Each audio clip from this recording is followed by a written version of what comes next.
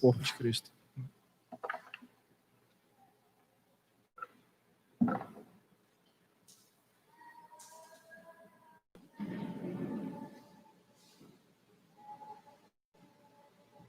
Gracioso para conosco, nos abençoe nessa irmos ao Senhor juntos. E especialmente para mim, minha família, hoje com os irmãos voltando a congregar depois de 2 meses, quase 2 meses, porque nós lá em Rondon diminuímos o culto para só domingo de manhã, depois fazenda, depois nem na fazenda, e o culto lá está voltando com o pastor de vocês, pregando lá na nossa igreja. E eu estar aqui, como foi dito pelo nosso irmão presbítero Daniel, pastores, tem sido, meus irmãos, dias de provas para todos nós, para a igreja e para o ministério também, que voltemos integral, ainda com algumas... Mas é uma bênção poder vir adorar ao Senhor junto com a igreja do Senhor. Eu convido os irmãos a abrirem suas Bíblias na carta de Pedro.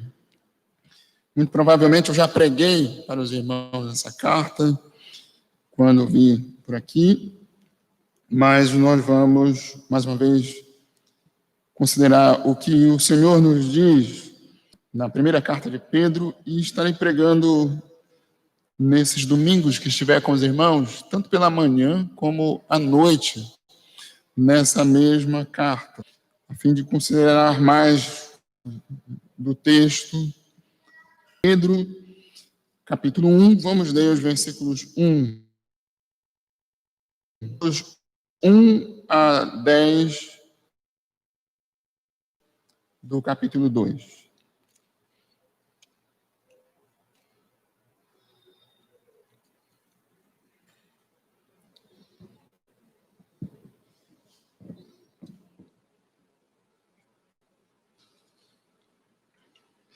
Eu convido os irmãos que podem se colocar aqui em pé para a leitura.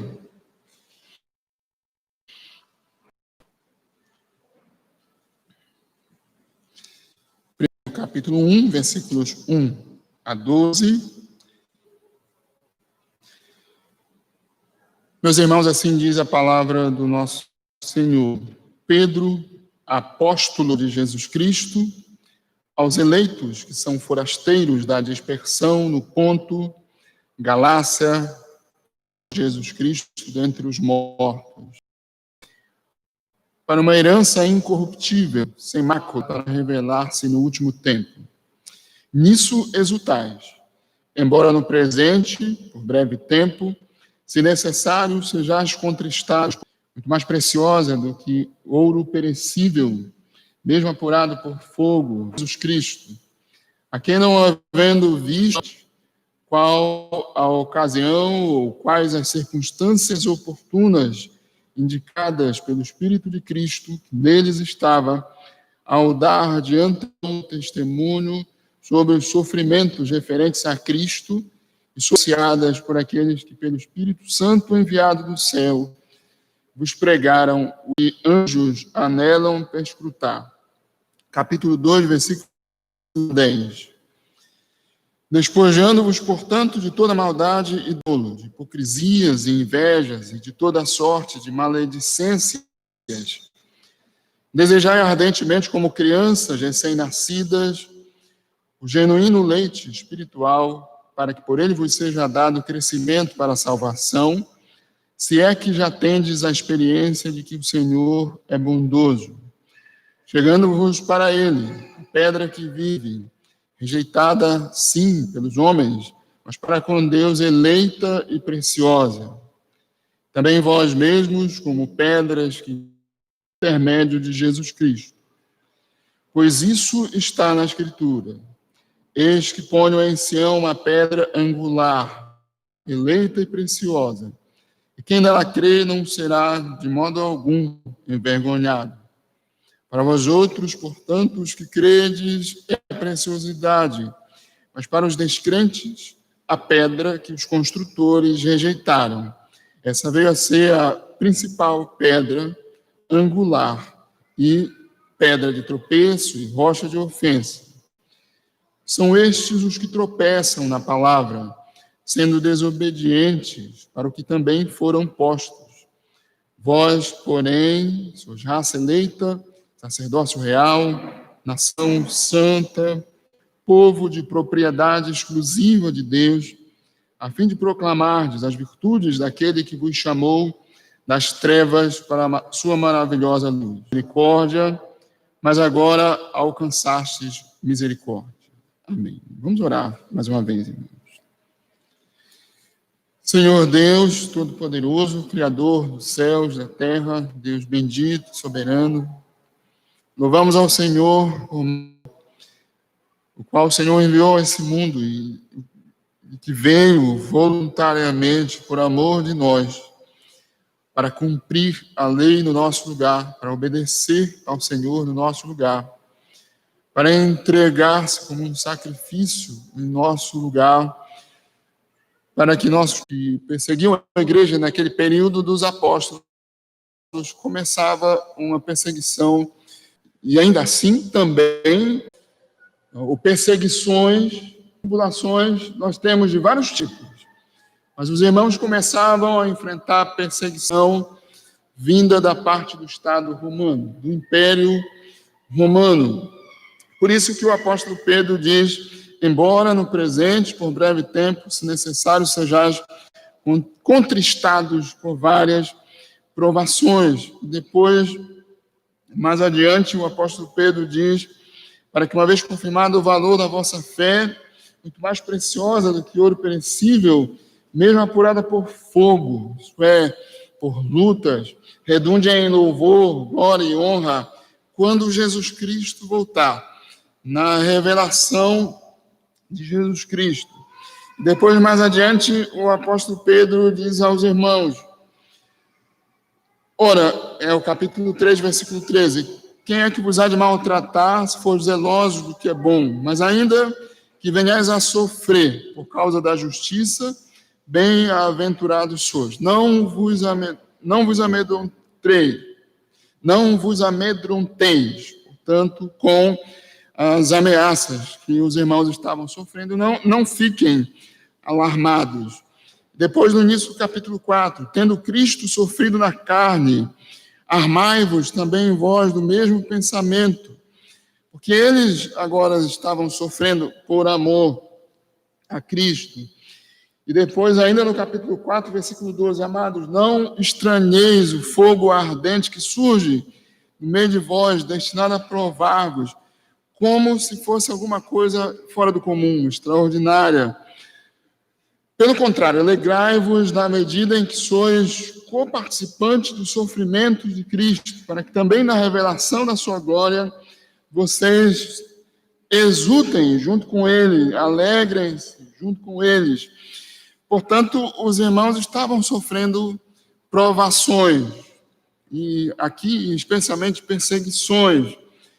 Provavelmente ainda não era, meus irmãos, uma perseguição tão intensa como viria a acontecer mais adiante na história da igreja e por parte do próprio Império Romano, mas já começavam as primeiras perseguições do Estado à igreja naqueles dias em que o apóstolo Pedro escreveu para os irmãos que estavam situados em diversas regiões vizinhas, no Ponto, Galácia, Capadócia, Ásia e Bitínia. Tem a Palestina aqui, o mar Mediterrâneo aqui, e esses lugares estão aqui em cima, Ponto, Galácia, Capadócia, Ásia, Bitínia. E aqui onde estavam os judeus, e para cá a Europa, e para cá o mar, e embaixo a África, o Egito. Tem na Bíblia de alguns de vocês, às vezes, esses mapas, lá no final. Esses irmãos estavam nessa região, eram várias igrejas dispersos por essa região, irmãos nossos. E Pedro, então, escreve para dizer a eles, mesmo em meio às tribulações, ainda que vocês sejam contristados por breve tempo, permaneçam firme na fé. Irmãos estavam sofrendo no trabalho, que alguns dos seus senhores, hoje nós chamamos patrões, não eram cristãos e por causa disso eles estavam sendo desprezados ou deixados de lado. Talvez não tivessem uma promoção que já esperavam ou eram tratados de maneira diferente por serem crentes. Esposas estavam sofrendo, às vezes, com seus maridos, não eram crentes. Essas irmãs tinham casado antes de serem crentes, algumas delas vieram à fé, e agora seus maridos não eram crentes, e eles não compreendiam a fé das suas esposas. Também o contrário poderia estar acontecendo. Todos os crentes tinham dificuldades com decisões do Estado, do poder governamental, das instituições governamentais, e o apóstolo Pedro diz a eles como deveriam proceder, como deveriam lidar com essas coisas, como eles deveriam permanecer como crentes em meio a essas dificuldades. Vejam os irmãos que atingiu o seu lar, seu trabalho e sua vida em sociedade, onde eles estavam em todo lugar. Por isso, então, Pedro escreveu dizendo: a gente permaneça como crentes em todo lugar. E qual é a maneira que o apóstolo Pedro faz isso, meus irmãos? De que maneira Pedro encoraja esses irmãos? De que maneira Pedro diz a esses irmãos para eles permanecerem firmes na fé? A primeira coisa que o apóstolo Pedro faz é lembrar o evangelho aos irmãos, a sã doutrina do evangelho, a santa doutrina do evangelho. Em segundo lugar, o apóstolo Pedro aplica a santa doutrina à vida daqueles irmãos. Essa carta, então, é dividida de uma maneira até fácil de perceber em duas grandes partes. É uma carta pequena, com 5 capítulos, que é dividida em duas grandes partes. Nós lemos a primeira parte dessa carta, todos juntos, lemos versículos 13 até o versículo 25 do capítulo 1, e agora lemos a primeira parte do capítulo 1 e a primeira parte do capítulo 2, que forma a parte doutrinária da carta, onde Pedro expõe o evangelho, onde Pedro prega o evangelho. Claro que toda a carta é o evangelho, mas nessa primeira parte, Pedro expõe as grandes doutrinas do evangelho, as grandes doutrinas da graça, as grandes doutrinas do Senhor Jesus Cristo. As grandes doutrinas da nossa fé aparecem nessa primeira carta do apóstolo, nessa primeira parte da carta do apóstolo Pedro, capítulo 1 e capítulo 2 até o versículo 10. É aqui que o apóstolo Pedro diz: cingindo o vosso entendimento. A primeira coisa que Pedro quer fazer é preparar o entendimento das pessoas, a compreensão, a mente, fortalecer a fé com a doutrina do evangelho. Depois, como um bom pregador, Pedro aplica o evangelho. Ele diz como eles devem viver porque são crentes, porque creem nessas verdades, porque têm essas doutrinas, porque têm Cristo. De que maneira eles deveriam viver?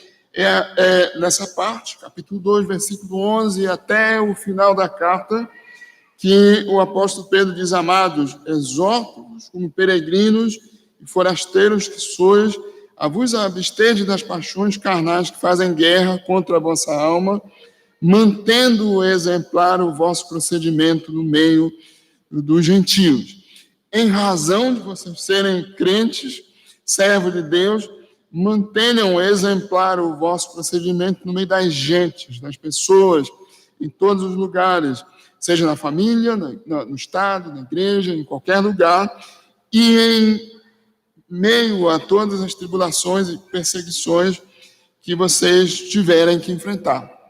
Meu propósito nessa manhã é fazer um apanhado geral da carta, para que os irmãos tenham uma visão geral, primeiro, de toda a carta, e, se o Senhor nos permitir, à noite, nos outros domingos, que estiver por aqui com os irmãos, continuar pregando mais detalhadamente a respeito das doutrinas e da aplicação delas, conforme o apóstolo Pedro as expõe aqui. Então, em primeiro lugar, meus irmãos, como dizer à igreja permaneça firme na fé? Como encorajar a igreja a permanecer firme na fé?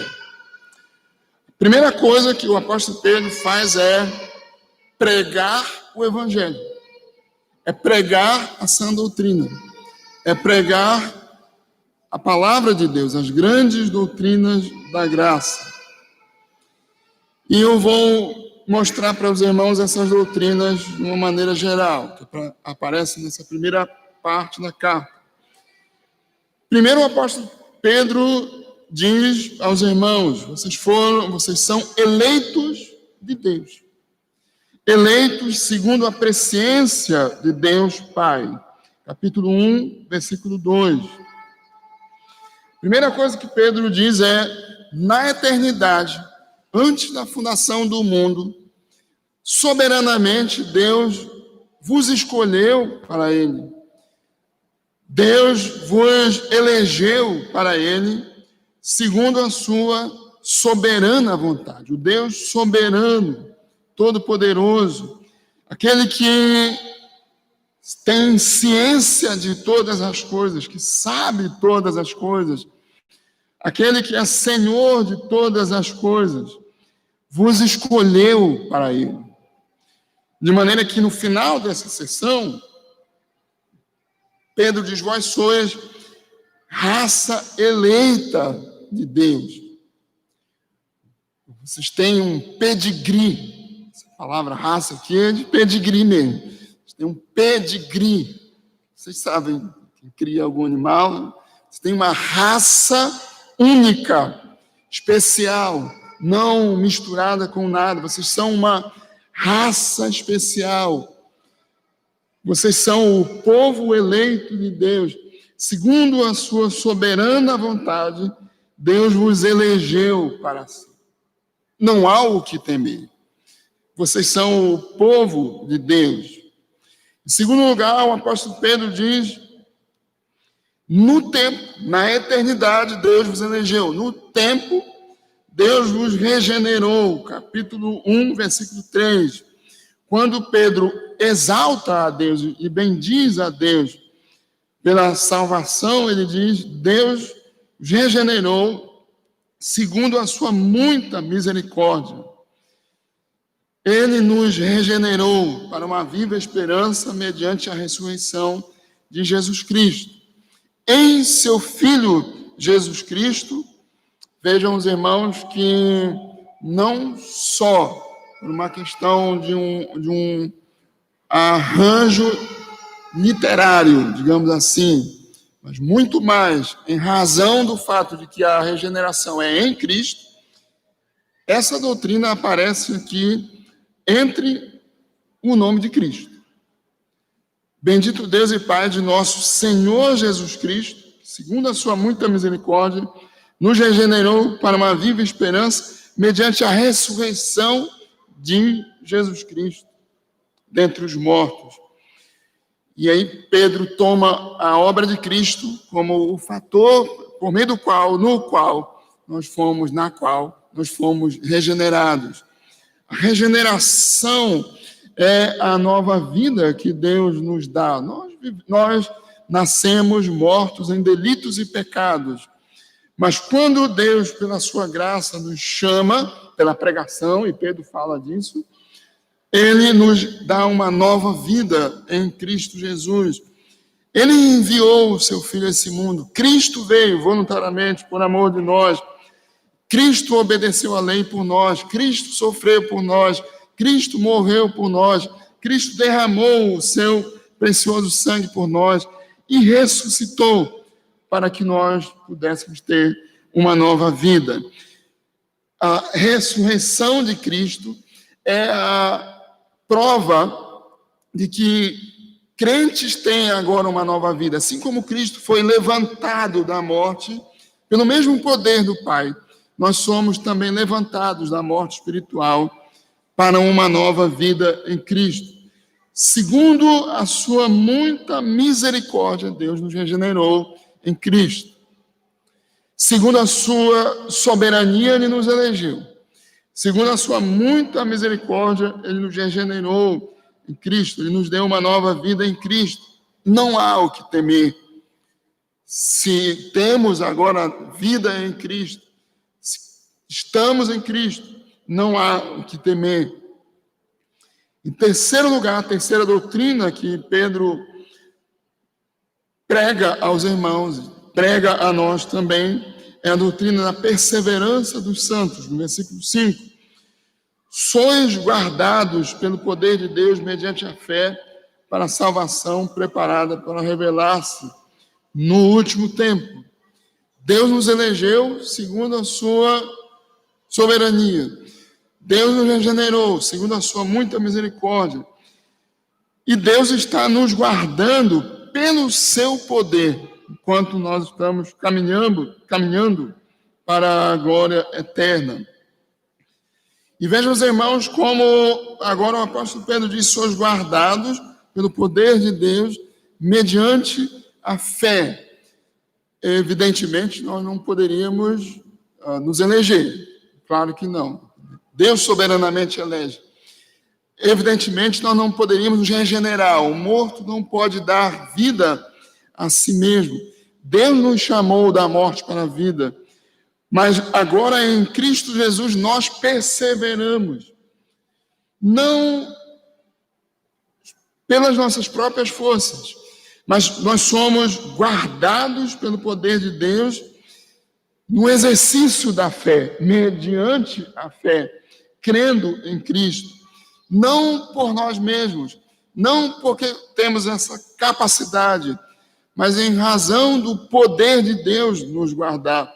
Porque Deus, com o seu poder, nos guarda para a salvação, enquanto nós cremos nele. Por isso, então, o apóstolo Pedro diz: não há o que temer. Começa com essas três grandes doutrinas. E elas abrangem a totalidade da nossa fé, meus irmãos. Deus nos elegeu, Deus nos regenerou em Cristo. Deus está nos guardando na salvação em Cristo. Por isso, então, o apóstolo Pedro diz no versículo 6, nisso exultais, nisso alegrai-vos, nisso alegrai, sejam alegres, ainda que no presente tempo, agora, por breve tempo, se necessário, sejais contristados por várias provações. O que Pedro está dizendo, meus irmãos, é: vocês foram eleitos por Deus, regenerados em Cristo, estão sendo guardados por Deus. Ainda que vocês tenham que suportar tribulações, alegrem-se nessas coisas. Alegrem-se na salvação que Deus providenciou para vocês, na soberania de Deus, na misericórdia de Deus, no poder de Deus. Mas Pedro vai mais adiante, ele continua expondo essas doutrinas, como espero demonstrar aos irmãos nos próximos domingos. Os profetas e apóstolos pregaram essas mesmas verdades: a eleição, a regeneração, a preservação do crente em Cristo Jesus. Os anjos anelam compreender essas coisas. Eles não podem compreender como nós compreendemos a graça da salvação. A razão é que os anjos que desobedeceram, caíram, não há mais lugar de arrependimento para eles. E os anjos que permaneceram fiéis não experimentam a graça da salvação como nós experimentamos. Isso Pedro diz, eles anelam compreender, para escutar, entender essa grande salvação para a qual nós fomos chamados em Cristo Jesus. Mas a quarta doutrina que Pedro expõe para os irmãos é a doutrina da redenção, versículo 18 e 19 do capítulo 1. Sabendo que não foi mediante coisas corruptíveis, como prata ou ouro, que fostes resgatados do vosso fútil procedimento que vossos pais vos negaram, mas pelo precioso sangue, como de cordeiro, sem defeito e sem mácula, o sangue de Cristo. Aqui o apóstolo Pedro lembra aos irmãos de que eles foram comprados da condição de escravos do pecado para a condição de servos de Deus. Pedro faz referência, melhor dizendo, ao seu próprio período, quando era possível ir ao mercado de escravos e resgatar um escravo. Você poderia comprar, se tivesse condições, com moedas de prata ou de ouro, um escravo no mundo romano daqueles dias para lhe servir. Você poderia comprar um escravo para resgatar esse escravo, para libertar esse escravo. E você faria com moedas, com valores perecíveis, de prata ou de ouro. E Pedro diz, nós também fomos resgatados da escravidão do pecado. Nós também fomos redimidos. Nós também fomos comprados da escravidão do pecado. Nós também éramos pecadores e vendidos ao pecado. Nós também servíamos ao pecado. Nós não pertencíamos a nós mesmos. O pecado era o nosso Senhor. Mas nós fomos resgatados desse inútil, que é a palavra fútil, proceder que nossos pais nos negaram. Pedro faz referência aqui ao pecado original. Todos nós caímos em Adão, desde Gênesis capítulo 3. Todos nós nascemos pecadores. Sempre me vem, meus irmãos, à mente, quando lembro dessa doutrina, ou quando prego ou estudo, quando eu era pequeno, criança, talvez eu tivesse 9 ou 10 anos, a idade do Tiago agora, meu filho mais velho, uma criancinha, um bebezinho, morreu na vila onde eu morava. Então, eu ouvi algumas pessoas dizendo que morreu um anjinho. Um anjinho não morre. Morre um pecadorzinho, como anos mais tarde eu viria a ouvir pela pregação de um irmão que já não me lembro mais do nome. Nós não vemos um anjinho morrer, vemos um pecador morrer. Uma criança é um pecador, um bebê é um pecador. E eles mostram isso para nós, desde bebê. Nós nascemos em pecado, como Davi diz no Salmo 51.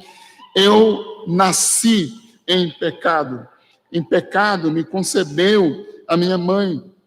Essa é uma referência ao pecado original, à desobediência dos nossos pais, Adão e Eva. Nós estávamos nos lombos deles, nós estávamos nele. Eles eram a raça humana, nós caímos neles, eles nos representavam. Nós pecamos junto com eles, e é disso que Pedro está falando quando ele fala do nosso inútil procedimento que nossos pais nos negaram. Nós fomos resgatados desse inútil procedimento, não mediante coisas que perecem, corruptíveis, como moedas de prata ou de ouro, mas pelo precioso sangue de Cristo. Sangue como de cordeiro, sem defeito e sem mácula. E aqui Pedro, mais uma vez, faz referência ao Antigo Testamento, volta ao Antigo Testamento, ao Evangelho como ele estava sendo pregado aos nossos irmãos e ao mundo no período do Antigo Testamento. Havia um sistema de sacrifícios de animais, e um cordeiro era imolado no lugar do pecador. Se você estivesse lá no período do Antigo Testamento e quisesse chegar diante do sacerdote para suplicar, para que o sacerdote suplicasse por você perdão pelos seus pecados, você teria que chegar com um animal e sacrificar esse animal. Você teria que chegar com um cordeirinho e sacrificá-lo. E o sacerdote o apresentaria a Deus como oferta pelo seu pecado. Isso era, meus irmãos, uma figura, um símbolo. Isso era uma figura daquilo que Cristo viria fazer por nós. Os irmãos podem lembrar de que quando João vê Cristo, ele diz: eis o Cordeiro de Deus que tira o pecado do mundo. Porque Cristo veio para morrer no lugar de pecadores. E todo aquele sistema de sacrifícios de animais sendo degolados, de animais sendo mortos, o sangue de animais do Antigo Testamento apontava para o precioso sangue de um cordeiro, esse sem defeito e sem mácula.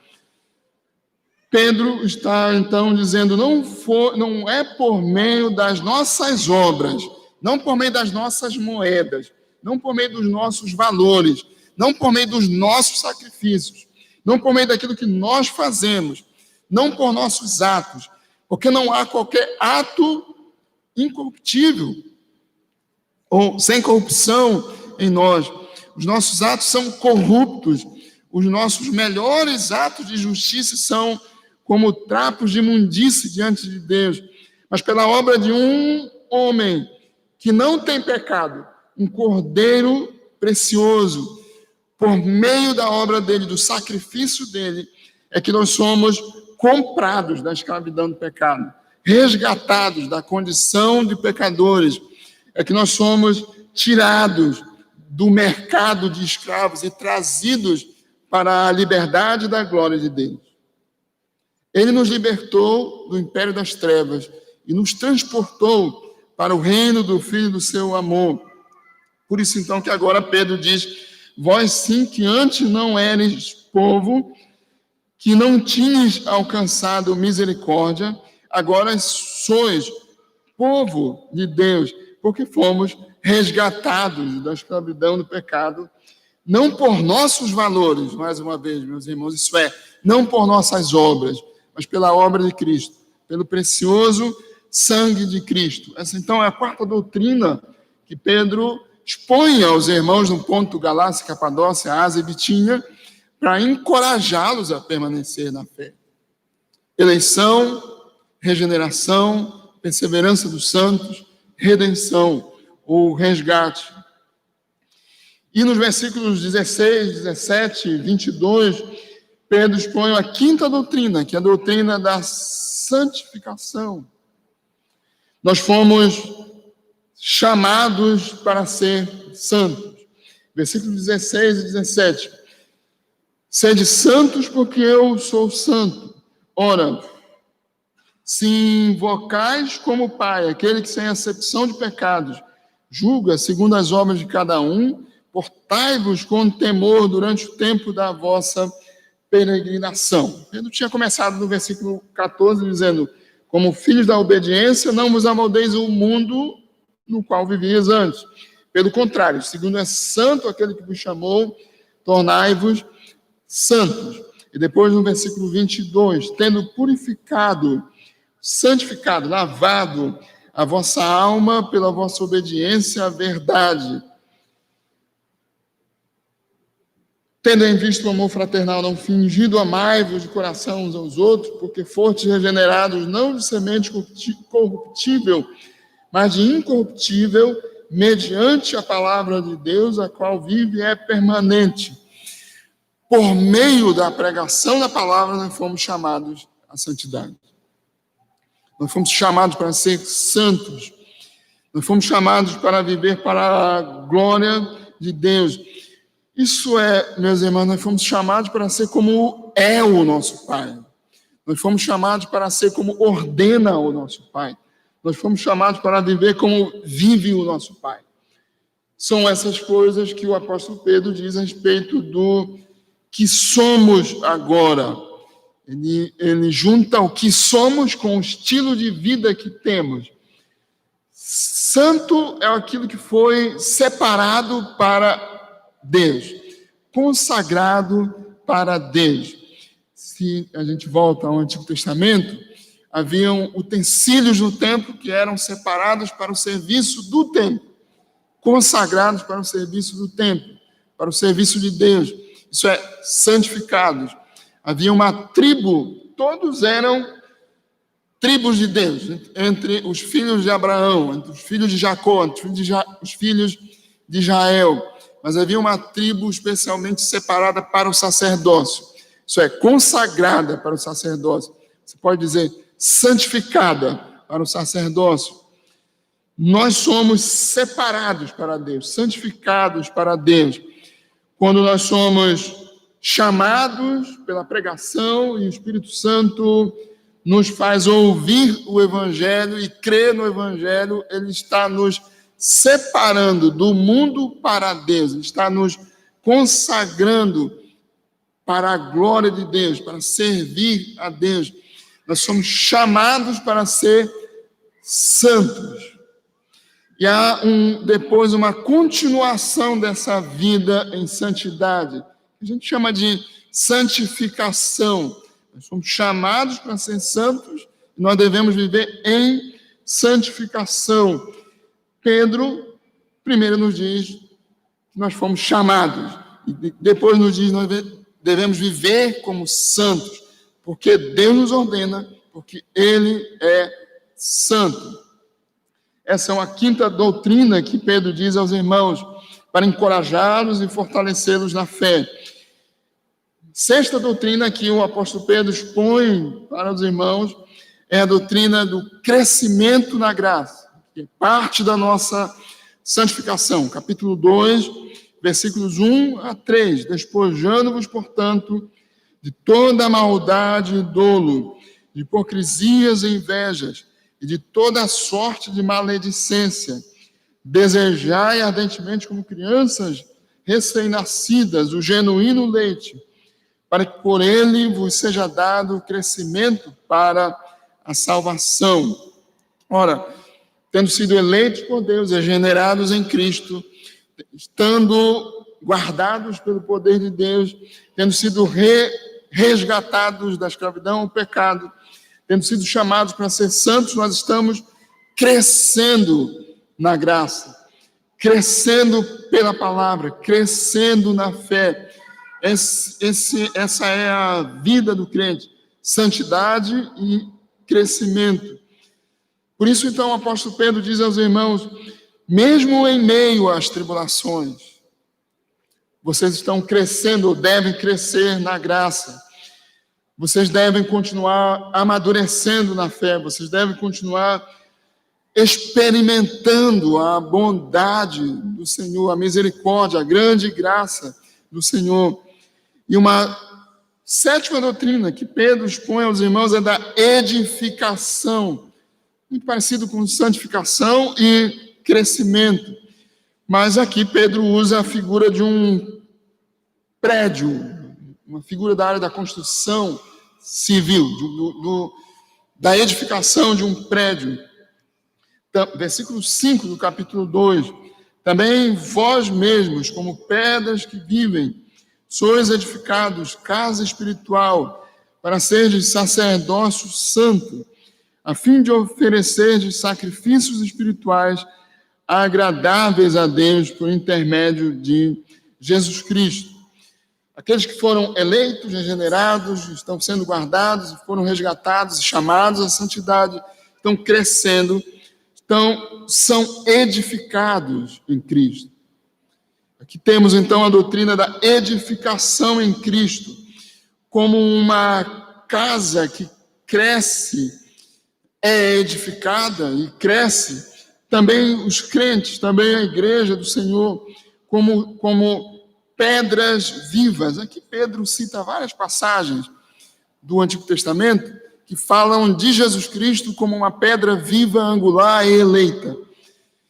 Eleita porque Deus o escolheu para vir ao mundo e ser o nosso Salvador. Angular porque era a pedra que dava os ângulos dos edifícios daquele tempo e que sustentava os ângulos. Preciosa porque o construtor daqueles dias contratava uma quantidade de pedras, escolhia as melhores pedras, as mais preciosas, que eram mais necessárias, as boas para a construção. E Pedro diz, nós também em Cristo Jesus somos edificados como uma casa para a adoração, como um sacerdote que adora a Deus, que se ajoelha diante de Deus para adorá-lo, exaltá-lo, para cultuá-lo, para agora em Cristo Jesus, sem intermédio de sacrifícios, mas em Cristo, ou pelo sacrifício de Cristo, aproximar-se diretamente de Deus, sem nenhum intermediário, ou tendo somente Cristo por seu intermédio, e nele poder rogar perdão dos seus pecados, exaltá-lo, adorá-lo. Vocês são casa espiritual. A igreja, o crente, é uma casa em edificação, que oferece sacrifícios espirituais agradáveis a Deus por intermédio de Jesus Cristo. É a doutrina da edificação em Cristo Jesus. E, em oitavo lugar, meus irmãos, o testemunho. Versículo 9 do capítulo 2, versículos 9 e 10. Vós, porém, sois raça eleita, sacerdócio real, nação santa, povo de propriedade exclusiva de Deus, a fim de proclamar as virtudes daquele que vos chamou das trevas para a sua maravilhosa luz. Vós, sim, que antes não eres povo, mas agora sois povo de Deus, que não tinhas alcançado misericórdia, mas agora alcançastes misericórdia. É a conclusão, esses dois versículos são a conclusão da parte doutrinária dessa carta. E aqui Pedro relembra aos irmãos as doutrinas que ele vinha falando. Quem vocês são? Talvez você já ouviu alguém dizer, para encorajar, lembra quem você é, para que você tenha mais coragem. Pedro diz, lembrem quem vocês são em Cristo Jesus. E quem vocês são, meus irmãos? Vocês são a raça eleita de Deus.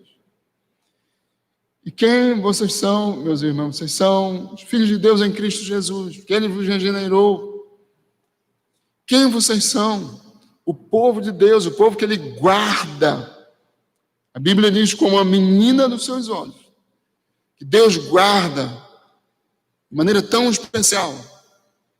Deus é misericordioso na sua graça comum para com todos, de maneira que chove e nasce sol para todos, mas de maneira tão especial para conosco, para com o povo de Deus. Ele está nos guardando, meus irmãos, com o seu poder. Em qualquer período da história, em qualquer fase da história, com pandemia, sem pandemia, com perseguição, sem perseguição, com provas, com doenças, com lutas, Deus está guardando o seu povo pelo seu poder. Não é o poder do presidente, do juiz do Supremo Tribunal Federal, não é o poder do maior imperador desse mundo, não é o poder do Império Romano. Se vocês olharem um mapa do Império Romano, naqueles dias o Império Romano dominava o mundo, era um império muito poderoso. Alguém poderia se sentir muito seguro se estivesse debaixo do poder do Império Romano, mas Pedro diz, não é Nero, não é o imperador romano que vos guarda, mas é Deus, o Criador de todas as coisas, o Senhor de todas as coisas, o Criador do universo, o Senhor dos céus e da terra, o Deus bendito sobre todos. Ele está guardando. Não há o que temeis, nisso exultais, embora nesses dias, no presente, se necessário, por breve tempo, sejais contristados por várias provações, o Deus soberano os guarda. Vocês são a raça eleita de Deus. Deus enviou o seu próprio Filho amado a esse mundo, seu único Filho, para resgatá-los da escravidão do pecado. Quem daria seu filho para comprar um escravo ou vários escravos? Talvez uma pessoa comprasse com sua riqueza, com sua prata e ouro, um escravo, alguém poderia, isso aconteceu, resgatar um escravo, mas era difícil alguém dar o seu próprio filho para resgatar escravos.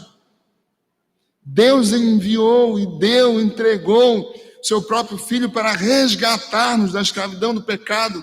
Aquele que não poupou o seu próprio Filho, antes por todos nós o entregou, porventura não nos dará juntamente com ele todas as coisas. Você pode crer nessas coisas. Aquele que não poupou o seu próprio filho para nos resgatar da escravidão do pecado, nos dará, sim, com ele todas as coisas, meus irmãos. Nós estamos absolutamente e eternamente, não por um período, mas eternamente seguros nele. Ele nos resgatou em seu Filho Jesus Cristo.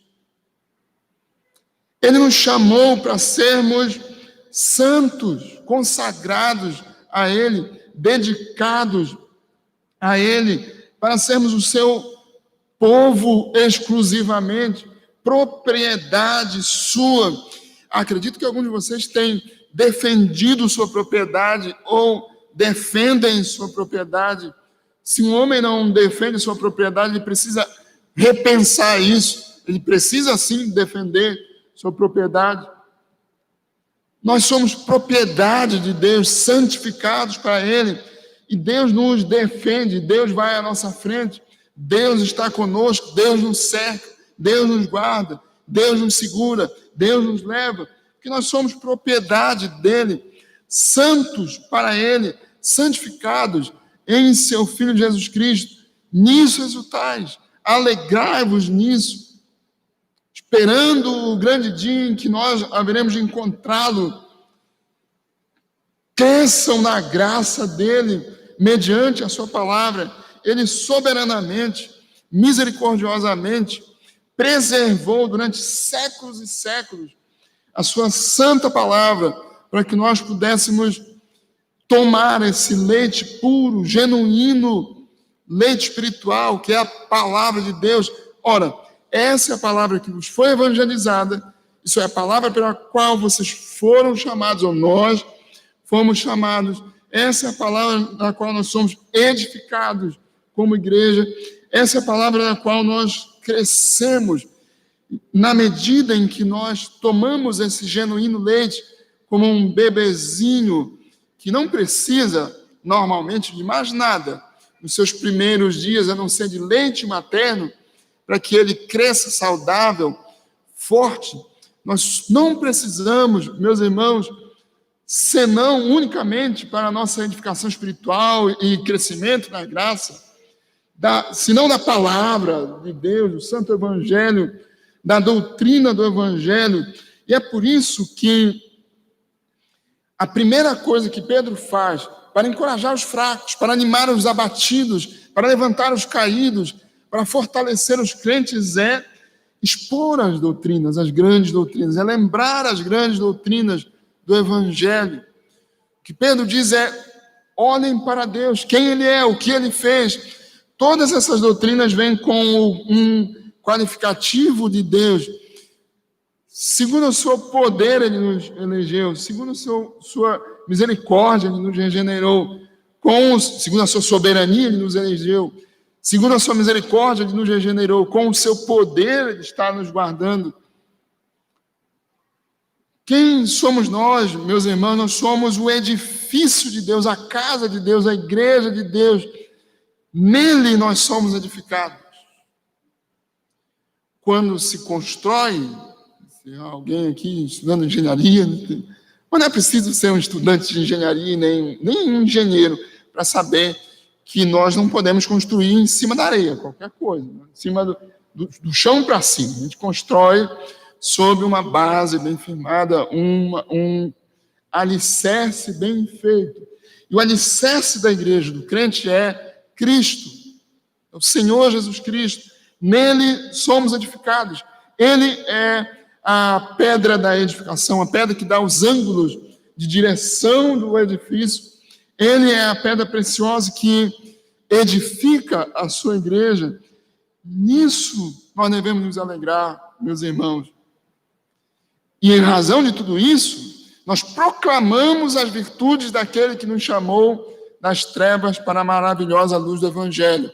Pedro já está passando aqui da parte da doutrina para a parte da prática do Evangelho.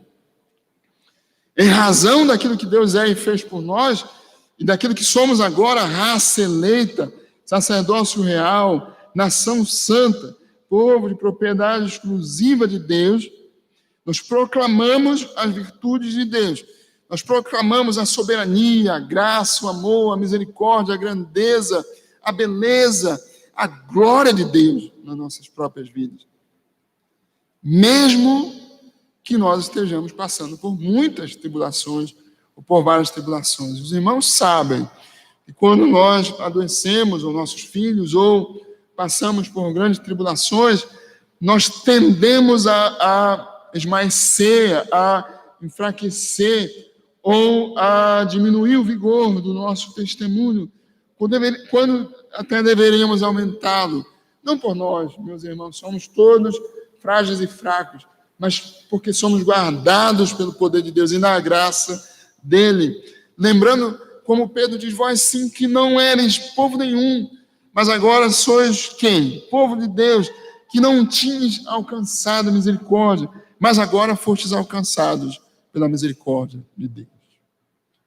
Essa é a primeira parte dessa carta. A segunda parte é a aplicação do que foi dito. A pregação tem basicamente essas duas partes: a exposição da doutrina e a aplicação da doutrina. Normalmente a pregação é assim. E é isso que Pedro faz aqui. Ele então diz aos irmãos, depois de dizer cingir no vosso entendimento, como colocar a capa, apertar o cinto, se preparar, cingir a vossa mente, cingir o entendimento, cingir o coração, preparar. Como que prepara? Como que o nosso coração é preparado? Pelo Evangelho, pela doutrina do Evangelho. E então o apóstolo Pedro passa a aplicar a doutrina. Eu gostaria de rapidamente mostrar isso aos irmãos. Ele diz no versículo 11 e 12, amados, vocês são forasteiros e peregrinos nesse mundo. Vocês devem manter, versículo 12, exemplar o vosso procedimento no meio dos gentios, isso é, nesse mundo, em meio às pessoas. Em primeiro lugar, vocês devem mostrar nos seus relacionamentos com o governo civil, com o Estado, com autoridades, desde o lar, passando pela igreja e o Estado. Submissão bíblica, cristã. Isso, meus irmãos, não quer dizer subserviência sem entendimento, mas submissão bíblica, como de Daniel e seus amigos, como de José no Egito, como do apóstolo Paulo. Lembram que o apóstolo Paulo disse, vocês pegaram um cidadão romano, bateram, colocaram na cadeia, e agora querem despedir sem uma audiência correta, e o soldado ou o oficial que estava lá temeu. Nós vemos a maneira como o apóstolo, ou veremos, se Deus nos permitir, a maneira como o apóstolo Pedro diz aos irmãos, aquele meio de perseguição, em razão de vocês serem crentes, terem sido eleitos, regenerados, resgatados, santificados, por estarem crescendo na graça, e em razão do testemunho cristão, mantenham exemplar o vosso procedimento, sujeitando-vos a toda a instituição humana por causa do Senhor, quer seja o rei como soberano, quer as autoridades como enviado por eles, porque assim é a vontade do Senhor. Tratai todos com honra, amai os irmãos, também a Deus, honrai o rei, vivendo como servos de Deus. Depois o apóstolo Pedro diz em relação ao trabalho daqueles irmãos, que naquele período, meus irmãos, a relação de trabalho era de senhor e escravo no Império Romano. Hoje nós diríamos de empregados e patrões, uma linguagem mais rápida de entender, que os irmãos todos conhecem. Mas naquele período eram os senhores e os escravos. Então Pedro diz aos escravos, foi traduzido por servos na nossa Bíblia, sede submissos com todo temor ao vosso Senhor, não somente se ele for bom e educado, cordato, mas também se ele for mau e perverso. A razão é porque isso é grato, que alguém suporte tristeza, sofrendo injustamente, por motivo da sua consciência para com Deus. Versículo 18 e 19 do capítulo 2. Versículo 21, Pedro diz, porquanto para isso mesmo foste chamados, pois que também Cristo sofreu em vosso lugar, deixando-vos exemplo para seguir os seus passos. Pedro diz, sejam servos de Deus com relação às autoridades, desde o seu lar, seus pais. Isso diz respeito também ao Estado, às autoridades civis. Mas espero poder demonstrar aos irmãos que alguns exercem a autoridade de maneira tão errada, tão distante do que é o propósito da autoridade, que às vezes nós somos, meus irmãos, obrigados e com muito temor, como fizeram Daniel e seus amigos, quando não se curvaram diante da estátua de Nabucodonosor, na Babilônia, a não nos curvar, porque isso seria não obedecer a Deus. Essa é a razão pela qual nós não devemos nos curvar. Há um limite para a obediência, que é Deus, ao Senhor. Como o apóstolo Pedro, os apóstolos disseram, quando foi dito para eles: vocês estão livres agora, mas vocês não devem proclamar o evangelho. O que foi que Pedro disse?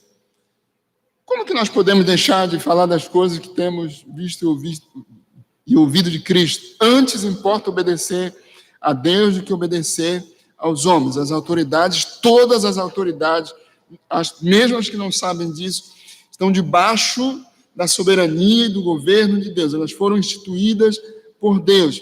E Pedro diz nesse texto que elas têm duas razões de existir: o louvor dos que praticam o bem, a disciplina dos que praticam o mal. Essa é a razão das autoridades.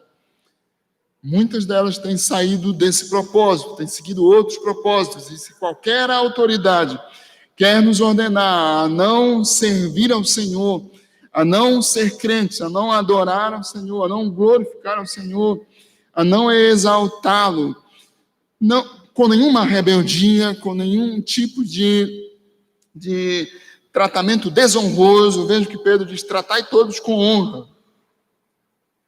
Você pode muito bem dizer ao seu pai, em algum dia, talvez não às crianças, né?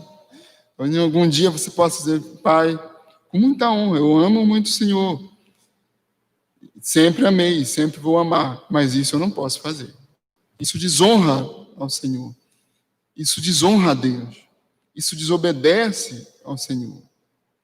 Mas você com isso não vai desonrar seu pai. Não o trate com desrespeito. Pedro fala sobre isso. Depois fala da nosso ambiente de trabalho. Como servos de Deus, nós devemos tratar, por motivo da nossa consciência para com Deus, por causa do exemplo de Cristo, que sofreu no nosso lugar, sendo maltratado, levado ao madeiro, à cruz, quando ele feito injustiça alguma. E é difícil que nós não tenhamos feito alguma injustiça. Mas Cristo não tinha feito nenhuma injustiça. Mas mesmo assim ele suportou pacientemente por amor de nós, por amor ao Pai, em obediência ao Pai, para que nós pudéssemos ser resgatados à cruz. Cristo suportou a cruz, para que nós pudéssemos ser resgatados do pecado. Cristo sofreu na cruz do Calvário. No ambiente do nosso lar, também o apóstolo Pedro diz, como raça eleita, sacerdócio real, nação santa, porque vocês são povo de propriedade exclusiva de Deus, as mulheres sejam submissas, os maridos sejam amorosos, os filhos sejam obedientes. Capítulo 3, versículos 1 a 7. No ambiente da igreja, onde às vezes, até, meus irmãos, por causa de perseguição, de outras tensões, a igreja também, na sua comunhão, nas suas reuniões, sofre com essas tensões também. Pedro diz nos versículos 8 a 12... tenham o mesmo ânimo, sejam compadecidos, fraternalmente amigos, misericordiosos, humildes, não paguem mal por mal, injúria por injúria, porque Deus vê todas as coisas. Os olhos do Senhor estão em todo lugar. E quando vocês estiverem sendo perseguidos, santificai a Cristo como Senhor em vosso coração, versículo 15 do capítulo 3, lembrem-se que Cristo também sofreu na carne.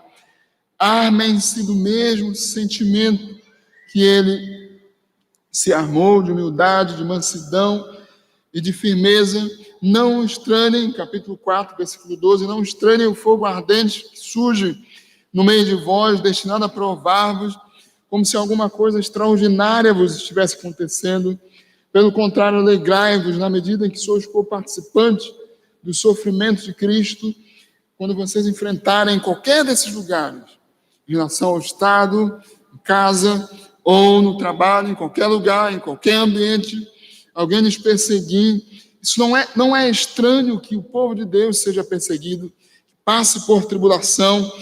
O seu Senhor passou por isso, Cristo sofreu no vosso lugar, ele foi perseguido até a morte de cruz, também vocês o serão. Foi ele mesmo que disse: se me perseguiram a mim, também perseguirão a vós outros. E ele nos encorajou: se me ouviram, também ouvirão o vosso testemunho.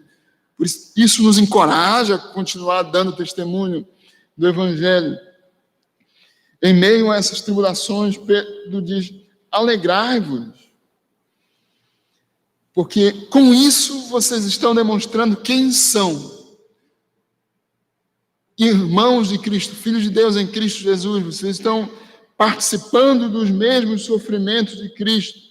Vocês são coparticipantes dos sofrimentos de Cristo, para que também na vinda dele, na revelação da sua glória, vos alegreis exultando.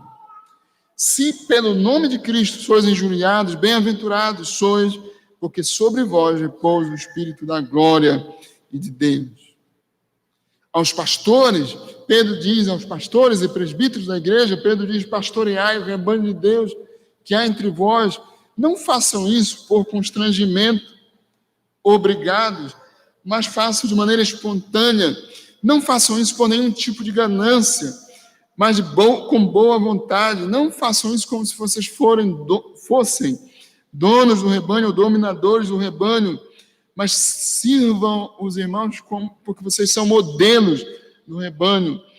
E lembrem-se, quando o Supremo Pastor, que é Deus, o Senhor, se manifestar, vocês receberão a recompensa, a inacessível coroa de glória. E a todos os servos de Deus, a igreja de Deus, os crentes em Cristo, Pedro diz: sede submissos aos que são mais velhos, que aqui, na verdade, meus irmãos, sejam submissos aos presbíteros da igreja. Tratem uns aos outros com humildade e humilhem-se diante de Deus, porque Deus resiste aos soberbos, contudo aos humildes concede a sua graça. Humilhai-vos, portanto, sob a poderosa mão de Deus, para que ele em tempo oportuno vos exalte. Quando vocês forem tentados pelo diabo, sejam sóbrios, vigilantes. Capítulo 5, versículos 8. Nós todos sabemos, Pedro diz: o diabo, vosso adversário, anda em derredor como um leão que ruge, procurando alguém para devorar. Sejam sóbrios, sejam vigilantes, resistam firme na fé. Saibam que há muitos irmãos em todo o mundo sendo atribulados. Quando o seu coração estiver ansioso, talvez no mundo não tenha tido um tempo de tanta ansiedade como nesses dias. É difícil que nós não tenhamos tido algum temor, meus irmãos, nesses últimos dias. É difícil que nós não tenhamos tido algum choro, alguma lágrima nesses últimos dias. É difícil não ficar ansioso com as tensões dos últimos dias. Deus tem nos feito passar por isso para a glória dele, para a nossa aprovação. Mas o que a Bíblia diz é, versículo 7, lancem sobre Deus toda a vossa ansiedade, porque ele tem cuidado de vós, em razão de quem ele é e do que ele fez por nós. O Deus soberano, misericordioso, poderoso, que nos elegeu, que nos regenerou, que nos guarda, que nos resgatou, que nos chamou à santidade, que nos edifica, que nos dá crescimento. Lancem sobre ele toda a vossa ansiedade, porque ele tem cuidado de nós. E veja que o apóstolo Pedro não está dizendo: não há ansiedade em nós. Há. Quantas vezes nós ficamos ansiosos, mas o que nós devemos fazer é deixar essa ansiedade com Deus e colocá-la nas mãos de Deus. Ora, todas essas coisas hão de passar, meus irmãos, hão de chegar ao fim, as tribulações e lutas. O Deus de toda a graça, versículo 10, que em Cristo vos chamou a sua eterna glória, depois de terdes sofrido por um pouco, ele mesmo vos há de aperfeiçoar, firmar, fortificar e fundamentar. E todas essas coisas terminarem, Cristo voltar. Ele já está fazendo isso. Por isso nós estamos aqui adorando a Ele. Quando Ele voltar, isso será definitivo e eterno. Ele mesmo vos há de aperfeiçoar, firmar, fortificar e fundamentar. A Ele seja o domínio pelos séculos dos séculos. Amém. A Ele seja toda a glória, o governo, o domínio, o louvor pelos séculos dos séculos. Amém. Eu convido os irmãos a baixar as suas cabeças, vamos orar ao Senhor. Ainda há mais um hino que vamos cantar. Vamos cantar mais um hino. Vamos cantar no nosso cenário, meus irmãos. O hino 288. Depois nós vamos orar.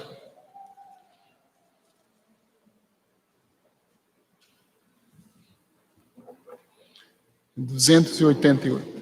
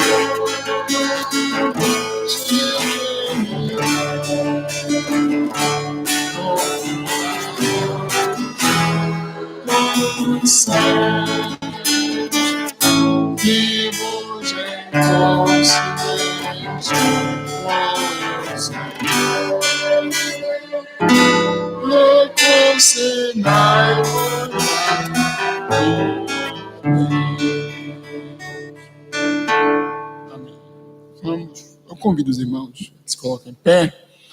Vamos orar, agradecer ao Senhor, exaltá-lo e louvá-lo, orando.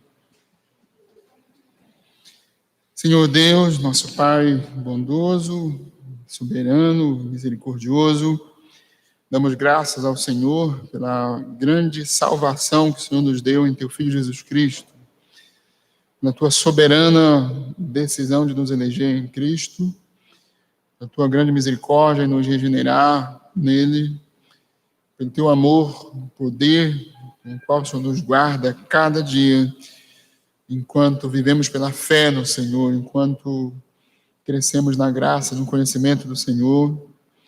Louvamos ao Senhor com gratidão pela obra de Cristo que veio a esse mundo, se fez homem, habitou entre nós, cheio de graça, de verdade, que morreu na cruz, derramando seu precioso sangue para nos resgatar da escravidão, das trevas, da condenação do pecado. Agradecemos, ó Deus, que o Senhor nos tirou da imundície do pecado, nos tirou, ó Deus, de uma vida de